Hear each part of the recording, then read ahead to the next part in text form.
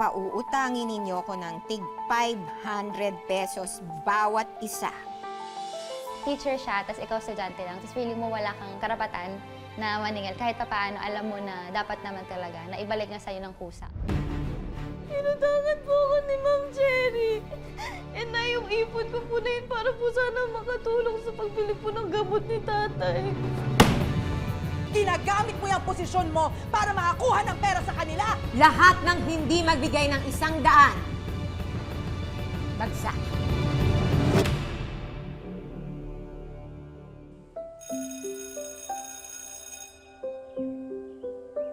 Class, listen. Ito ang mga gagawin ninyong apron. Ia-apply ninyo dyan lahat ng tinuro ko sa inyong mga stitches. Running stitch, back stitch, at iba pa. 50 pesos yung telang yan.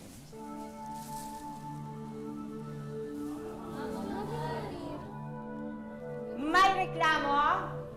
Wala po. Good. Asia, ikaw ang mangolekta sa mga kaklase mo, ha?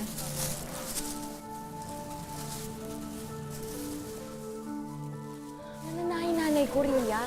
Hindi aabot ng 50 pesos tong kaprasong telang to. Pinatungan na naman tayo ni Ma'am Fortuna. Sakit na nga sa bulsa ng mga project ni Ma'am Fortuna sa TLE subject natin eh. Anong pinagchichismisan ninyo, ha? Gusto nyo mga bibig ninyo ang tahiin ko, ha? Narinig ko sila, Ma'am. Nagre-reklamo sa sinisingil yung 50 pesos. Anong problema nyo sa sinisingil kong 50 pesos, ha? Eh, sa public school kayo pumasok eh. Ang liit-liit na nga ng sweldo namin, mga guro, dito. Ano gusto nyo? Ako pa mag-abono ng mga project ninyo? Ha? Sana sa private kayo nag-enroll. Ma'am, Yes, Ria. pero baka po pwedeng sa labas na lang po kami bumili ng tela para po makatipid. Anong gagawin ko ngayon dyan sa telang yan, ha? Alam mo bang pinamasahihan ko yan? Ha? Kayo lang naman, Ria Merian, ang maraming dada. Kami payag kami magbayad kay Ma'am. Ikaw nga sumasabat, Hazel. Hindi ka naman kausap eh. Palibasa, siksik ka sa teacher. Uy! Anong sabi mo? O, tingnan yan. Tingnan yan. Tingnan yan.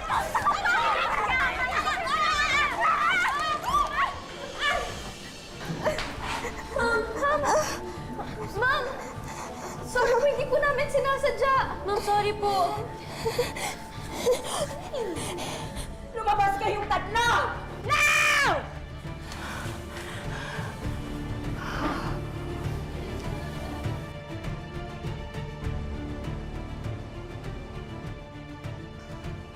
Class!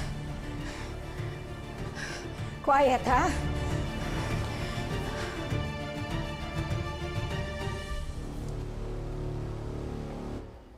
Oh, na paano ka, Cherry? Ay, nako. Gawa ng mga pasaway kong estudyante. Ire-report ko nga sa principal eh. Oh, ano? Kukunin mo ba tong phone na binibenta ko? Sabi mo, interesado ka. Kung hindi, iaalok ko to sa iba.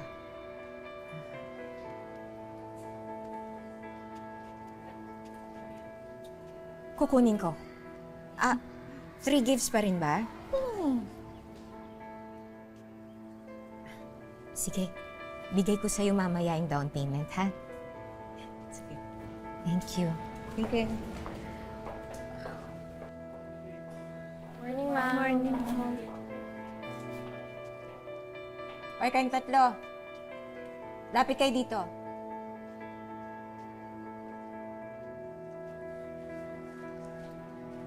Dali! Bakit po, Ma'am? Dahil sa gulong ginawa nyo sa classroom kanina. Namuntik ko nang ikinamatay, oh. Tingnan nyo yan. Alam nyo ba, na kayong tatlo, pwede kayong matanggal dito sa eskwelahan na ito. Kaya halika na, punta na tayo sa principal's office. Ma'am, wag po. Baka palayasin po ako sa amin eh. Ma'am, Ma'am, awat naman po kayo. May sakit po yung tatay ko. Ayoko po sumama yung loob niya. Maawa na po kayo, Ma'am Fortuna. Sige, palulusutin ko kayo. Pero, pauutangin ninyo ko ng tig 500 pesos bawat isa. Babayaran ko next week. Ma'am, wala naman po kami ganun kalaking halaga. Ma'am, ito po. 2 linggong baon ko na po yan. Huwag yun lang po akong isumbong sa principal. Okay, salamat. Ano kayong dalawa? Mapipilitan na lang akong i-report na lang kayo sa principal. Ha? Ma'am, wag ho. Gagawa na lang po namin ng paraan, ma'am.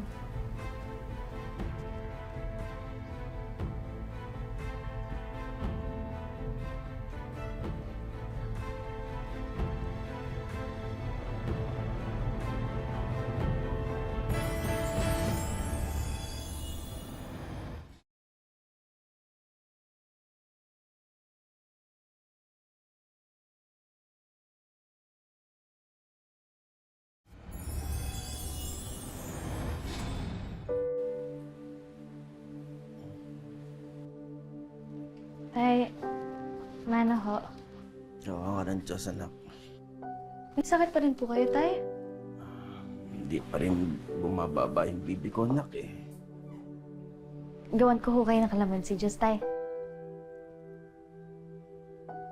Ay, Romy, Oo.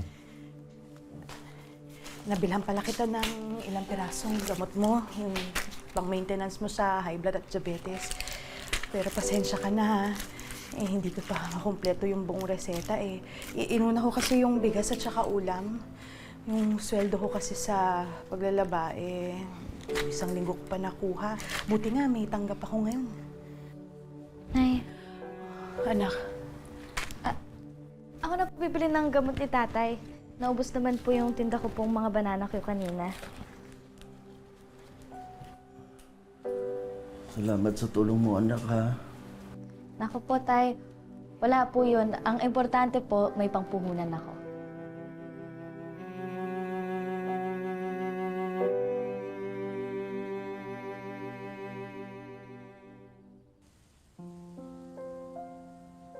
Matamis to. Thank you. Sige. Ito. Thank you. Mary Ann, kailangan ko itong maubos. Papautangin ko pa si Ma'am Fortuna. Nagsinungaling na nga rin ako sa mama ko eh. Sabi ko, may field trip tayo ngayong Sabado. Kaya sa inyo muna ako makikitambay ah. Sige.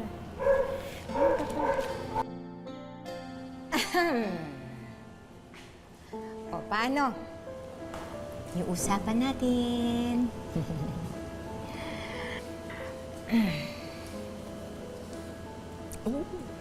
Salamat. Bibigay niyo rin pala eh. Pinatagal niyo pa. Okay na. Yan. Sarap ba to, ha?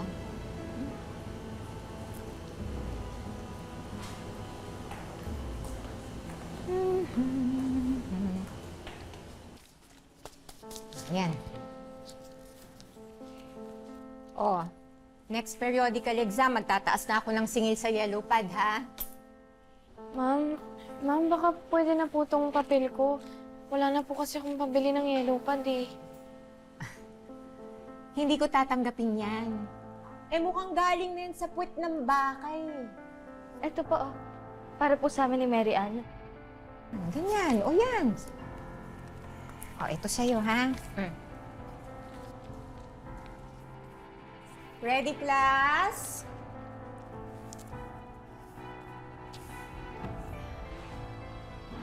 Ma'am, parts of the sewing machine?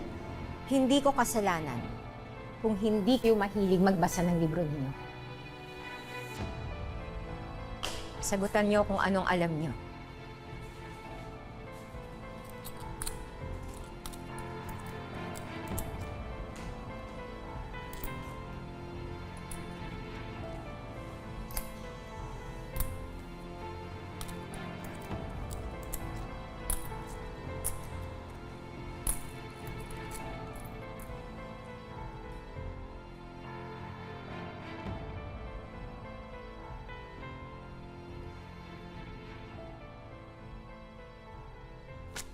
Oh, you distribute this. Class, bagsak kayong lahat.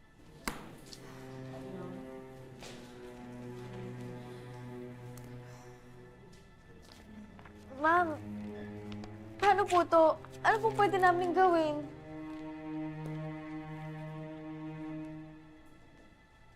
Para ipasa ko kayo, mag-special project na lang kayo. Okay? Lahat kayo magbibigay sa akin ng tig-100. Oh, may reklamo kayo?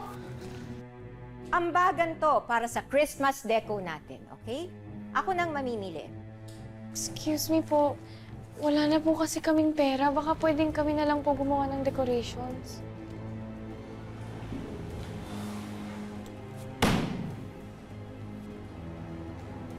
Lahat ng hindi magbigay ng 100, bagsak.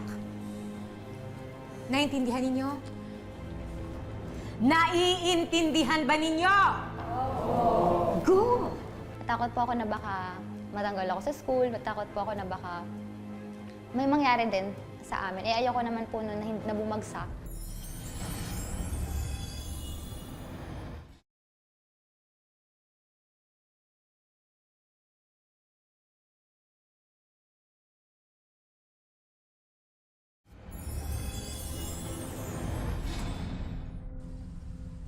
Ma'am, kailangan ko na po yung 500. Sige. Ganito na lang. Ipapasa na lang kita sa subject ko, kapalit ng 500 mo. Okay? Eh, ma'am, galing po yun sa ipon ko eh. Kung hindi ko naman po kailangan, di ko naman ho kayo sisingilin. O anong gusto mo ngayon? Sige. Ibabagsak na lang kita. Ma'am, parang awa niyo naman po.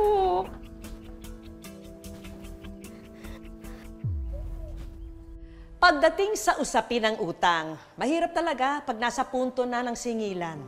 Sa kaso ni Ria, paano nga ba maningil ang isang estudyante kung si teacher na may utang ay may pagka-arogante? Kung lahat tayong magkakaklase, magkakaisa, eh di matitigil yung panggigipit niya. Huwag mo akong idamay dyan sa pagkareklamadora mo. Tama si Ria, Hazel. Nabalitaan din namin, inutangan kayo ng Fortuna. Kami din eh. Alam nyo, di ko nakasalanan yun kung barya-barya lang pinagdadamot nyo pa. Hazel, hindi naman kasi tama.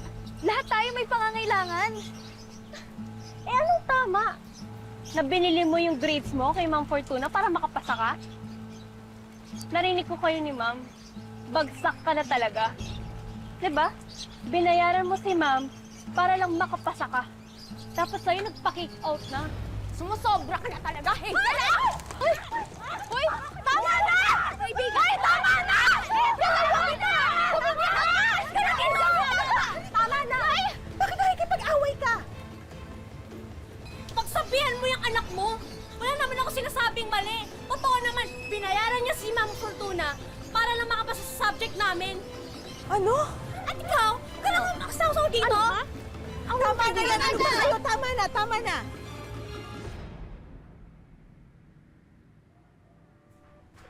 Nay, binaksak po kaming lahat ng teacher po namin kasi sinadya niya pong hirapan yung mga questions sa exam. Sinadya niya pong hirapan yung mga tanong. Tapos po, pinagbayad niya po kami ng tig-100 pambayad daw po sa mga Christmas decoration. Ano yung sinasabi nung kaklase mo kanina, ha? Na nagbayad ka para pumasa ka? Ano yun? Eh na yung ipon ko po na yun para po sana makatulong sa pagbili po ng gamot ni tatay. Kaso po nung sinisingil ko na po siya, hindi po siya nagbabayad.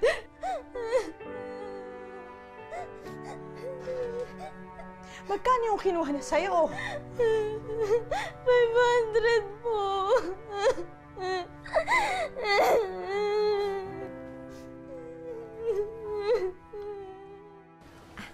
Ay, naku, salamat kuya. Naku, eto. Next time ulit, ha? Salamat, ma'am. Sige. Ay, po. Mag-usap nga muna tayo. Ano tong sinusumbong sa akin ng anak ko? Na ayaw mong bayaran yung utang mo sa kanya para lang ipasa siya sa subject mo? Dahan-dahan po kayo ng pagbibintang ninyo sa akin. Rhea, ano na naman ang sinusumbong mo sa nanay mo?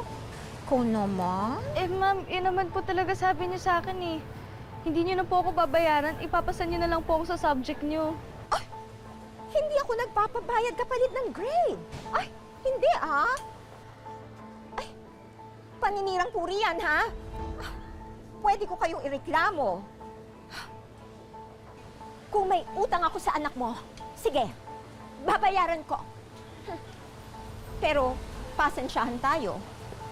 Kasi, dahil bobo siya, ibabagsak ko siya. Anong bobo? Ang sabihin nyo, talagang hinirapan nyo yung exam nyo. Para na sa ganun, bumagsak to mga batang to. Tapos anong gagawin nyo pagkatapos? Ha? Kukuhanan nyo sila ng pera, uutangan nyo para ipasa nyo sila. Sige, ganito na lang ha, teacher ha? Pag itong anak ko, binagsak nyo, asahan mo, magkakapahiyaan tayo dito. Chill lang po kayo, ma'am.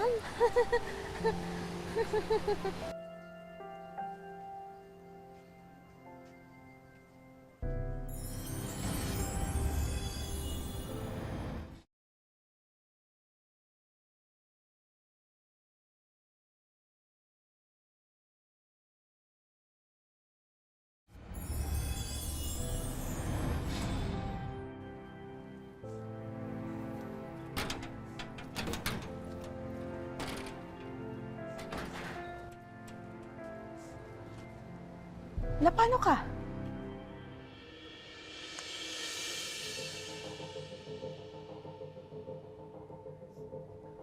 Talagang tinuluyan kang ibagsak ng teacher mo sa TLE? Bihira talaga yung babaeng yan. Humanda sa akin yung teacher mo yan.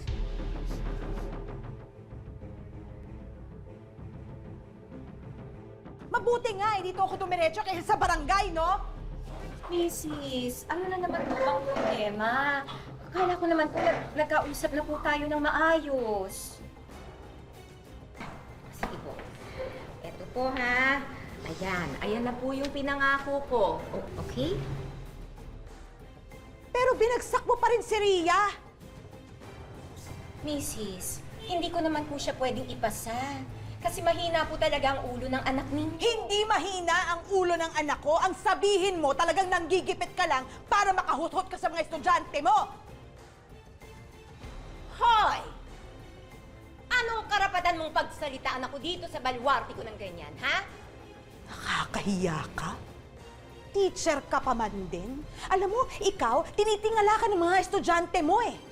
Imbes na maging magandang ehemplo ka sa kanila, anong ginagawa mo? Ginagamit mo yung posisyon mo para makakuha ng pera sa kanila. Ano basihan? Yung kwento ng anak ninyo? Yung anak niyong reklamadora? Na ngayon, ako, alam ko na kung kanino siya nagmana. Kaya pala siya ganyan. Ako, thank you. Kasi ganyan ang nanay niya. Guard! Ikaw pa may lakas ng loob magsalita ng ganyan sa akin. Ay, ikaw! Ito, dapat pinapati sa'yo to! Bitiwan mo nga ako! Maldita ka! Maldita ka! Teacher ka! Nakakahiya ka! Ano ba, guard? Umalis ka nga dito! Hindi ako lalabas! Hindi pa tayo dito!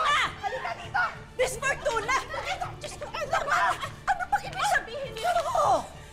Bakit inaaway mo yung magulang na estudyante mo? Magpaliwanag ka.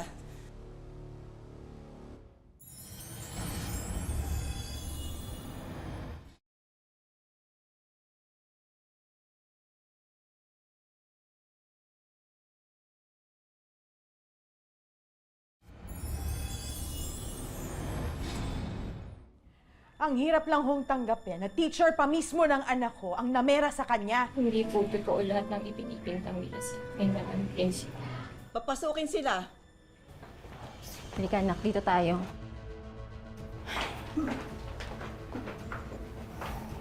O ngayon, sabihin ninyo ang mga ikinuwento ninyo. Nangutang po si Mang Fortuna sa anak ko nung isang taon pa. Hanggang ngayon, di pa niya nababayaran. Nanay po ako ni Mary Ann. Ganon din po yung ginawa niya eh.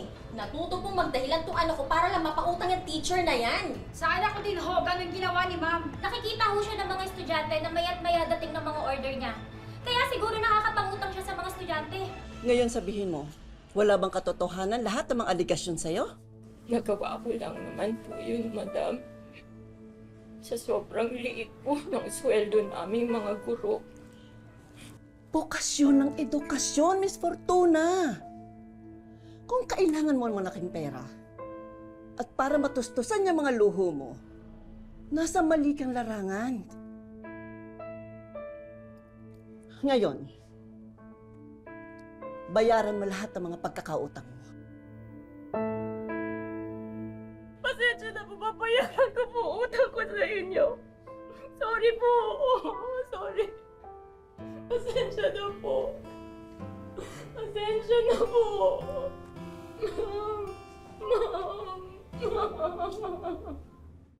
Papaano kung ang mga leksyon na magagamit mo sana sa buhay mula kay teacher ay napalitan ng masamang karanasan?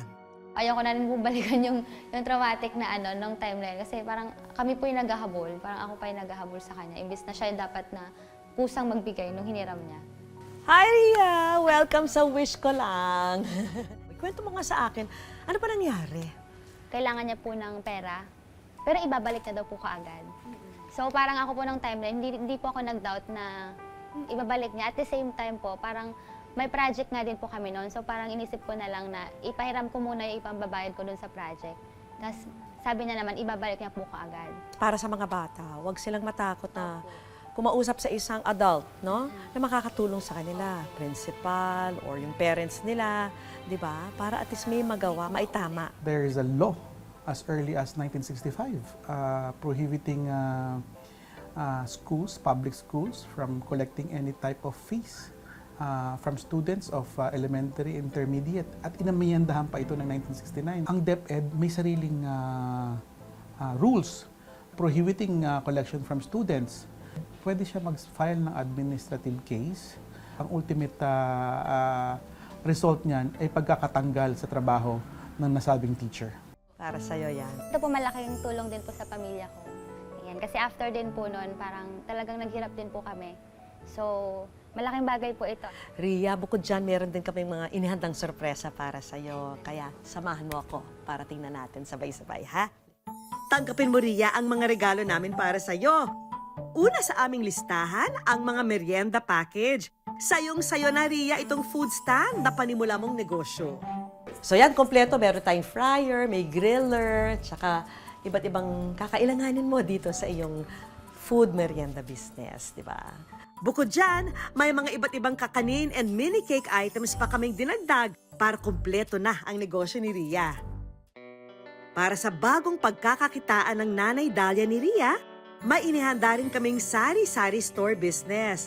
Kompleto ng mga grocery items, frozen products, kimchi, at yema spread items na pwede rin ibenta online. Tapos, syempre, bukod dyan, meron din tayong bigasan business. Yan.